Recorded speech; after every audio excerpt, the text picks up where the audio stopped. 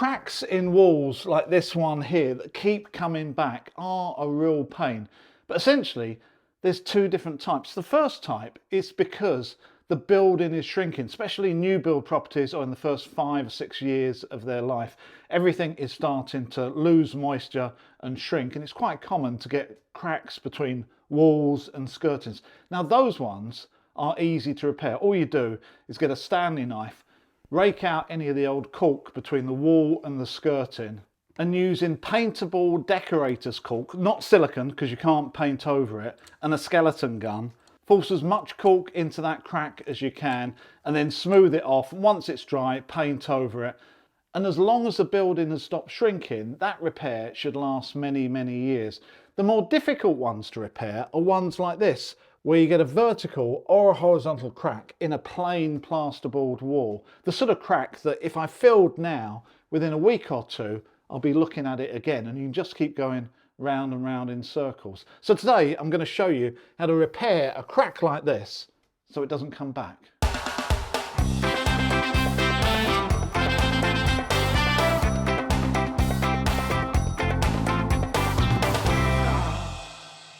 Cracks like these that come from corners of doors or between plasterboard sheets are a real pain because you can fill them and then within no time at all they appear again, and you can just keep going round in circles. And I've spent my fair share of time doing that and learning my lesson that actually in some ways you're just completely wasting your time. So what causes a crack like this? Well, it's very, very simple. The two plasterboard sheets are now moving against each other, which normally means they're not screwed and fixed properly to the stud behind them in a wall or the joist behind them in a ceiling. And there's just that little bit of movement. Even if they've got mesh over the front, there's just that little bit of movement, and that produces a crack, especially around doors where you're opening and closing the door all the time. Just is enough movement to produce that crack. So even if you fill it, it's going to come back. The only way we actually solve that crack is to fix that plasterboard properly to the stud behind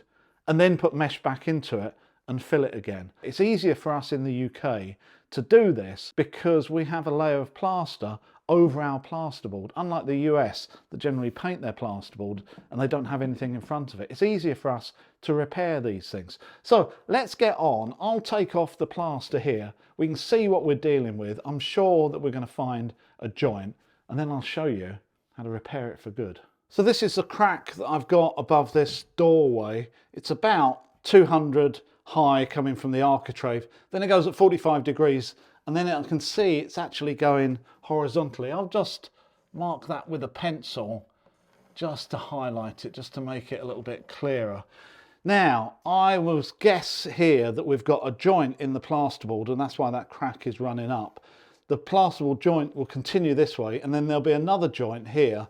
So I think what we've got is a corner of plasterboard, and that crack has just developed across the corner. So which really means that we need to take this out, we need to take this out, and obviously because it's gone across the corner, we might as well take that out as well. Now I think the best way of removing plaster, the sort of plaster that's sitting on the front of plasterboard, and that means it's going to be about 1.5 to 2 millimeters thick, that's just a skim in the front, is with something sharp. Like you could use a Stanley knife and cut down either side and then trench out the middle, because we do want a nice sharp side either side, which means that we can fill it easily once we've prepared it. Or the other way of doing it, which I prefer actually, is to use a chisel. Now this is a really old chisel from some old pound shop many years ago, so I'm not really bothered about ruining the thing. But if you are a carpenter and you do like your chisels, look away now.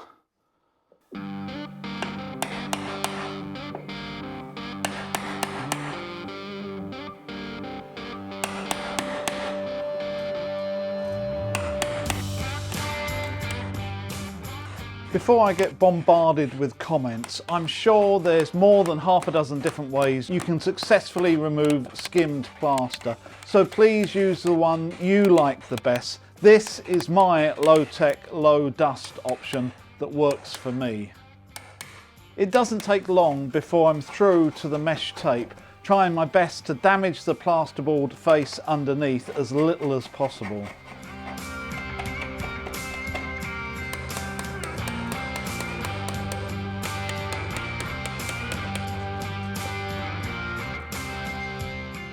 So after just a few minutes of cleaning things out, you can actually see what we've got here. We've actually got a joint in the plasterboard. That's exactly where that crack was running.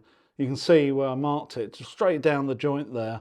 You've got a couple of screws here, which is fine, but at the bottom here, if I push on one side, I can feel with this thumb that the two sheets are actually moving. This one feels fixed. This one is going in maybe just 0.5 millimetre, which is enough for that to crack. It's probably well fixed up here, but obviously not along here. So we're going to have to take out all of this. And as I said, the thickness of plaster here is about, I would say, 1.5 to 2 millimetres, which is exactly what I was talking about in a previous video, where we in the UK have got plaster on top of plasterboard. In the US, they tend not to do this. And that 1.5, 2 millimetres gives us enough thickness to get another tape in there once we've screwed this and made sure it's not going to move at all. Enough tape to get that back in there, and then to be able to repair and fill that trench from side to side absolutely flat. So no feathering, nothing difficult at all. You're just filling the trench between there and there. What you do have to make sure is there's nothing sticking higher than the outside in there. Bits of cardboard, any little bits of the old tape needs to come out. And when the new tape goes in there, it has to be sitting nice and flush, so we don't want anything protruding. All I have to do now is get the rest out.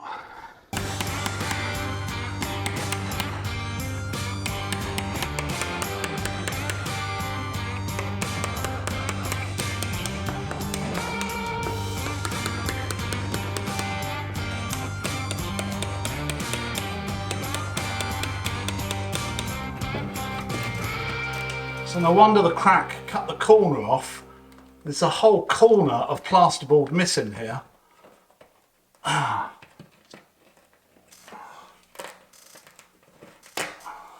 So rather than it just going up the joint and then along this joint, because this is all missing, it just cut the corner off. Oh, I love new builds. With all of the skimmed plaster removed, I tidy up the surface to make sure that there's nothing protruding beyond the face of the wall, and use plasterboard screws to secure the moving boards to the studs. Nice.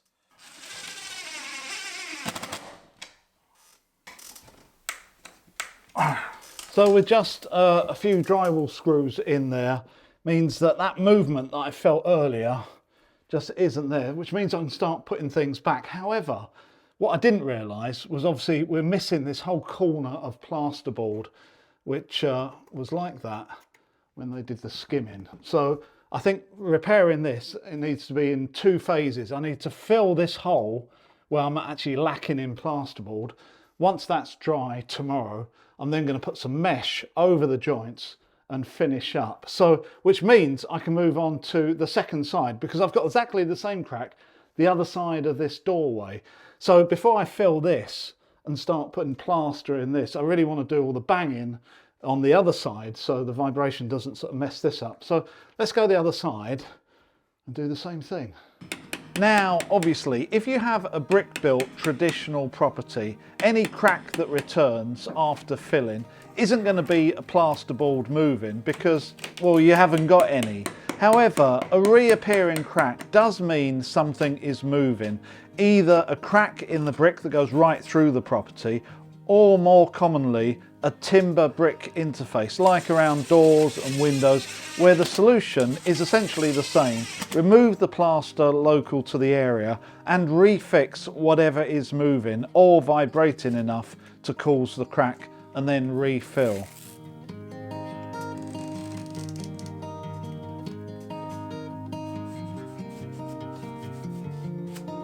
The filler I'm using here is actually tape jointing compound, but for a small area, standard filler, either pre-mixed or mixed yourself, will work absolutely fine.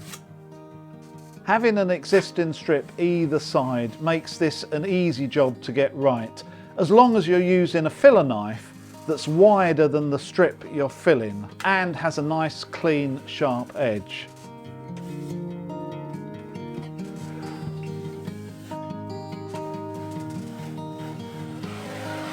On the side that's damaged, Because I still do have a backing to the missing board, I'm just going to fill that section for now.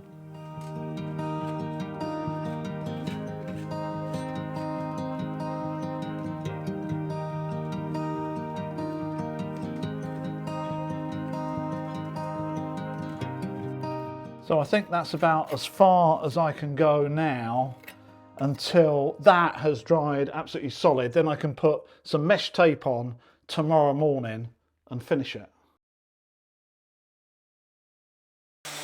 I sand to get rid of any high points and then refill, which is easy now as there's less material to go in, and then finish it with one single pass.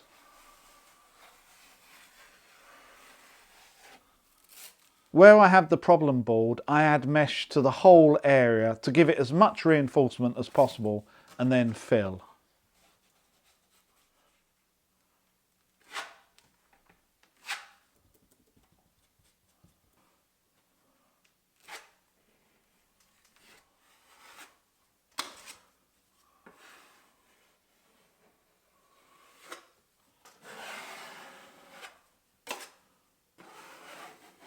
So that's about as far as I can go at the moment. Obviously, there's an additional process to this one because it had such a big hole at the beginning.